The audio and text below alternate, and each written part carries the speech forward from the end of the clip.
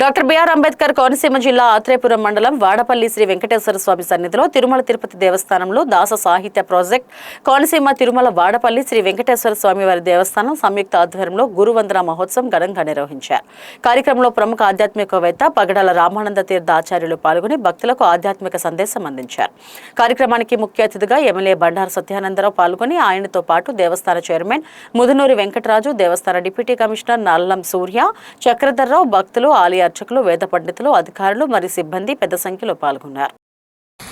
ఒక సంవత్సర కాలములో వారు సంపాదించిన ఆ జ్ఞానము, ఆ విద్యను ఈ ఆషాఢ పౌర్ణిమ దినము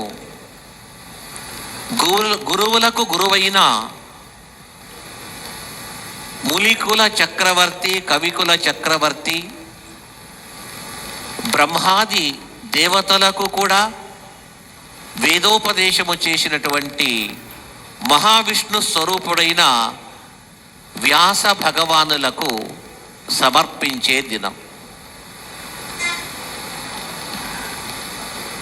ఆనాటి వేదవేత్తలు, వేదాంతవేత్తలు తమ విద్యను స్వామికి సమర్పించి, అయ్యా మీకు సమర్పిస్తున్నాను, మీ దగ్గర భద్రంగా ఉంచాను.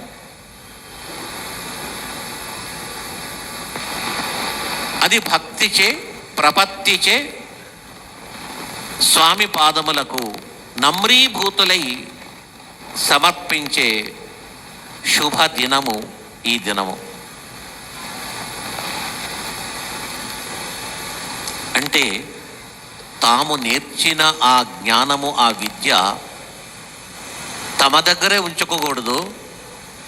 మనము సంపాదించిన డబ్బును బ్యాంకులో ఇలా భద్రముగా ఉంటుందని పెడతామో, మన జ్ఞానమును కూడా భద్రపరచుట ఆ వ్యాస మహర్షికి వారి దగ్గరే ఉంటుందట. మనకెప్పుడు ఏ జన్మకు కావలసినా ఇస్తారు.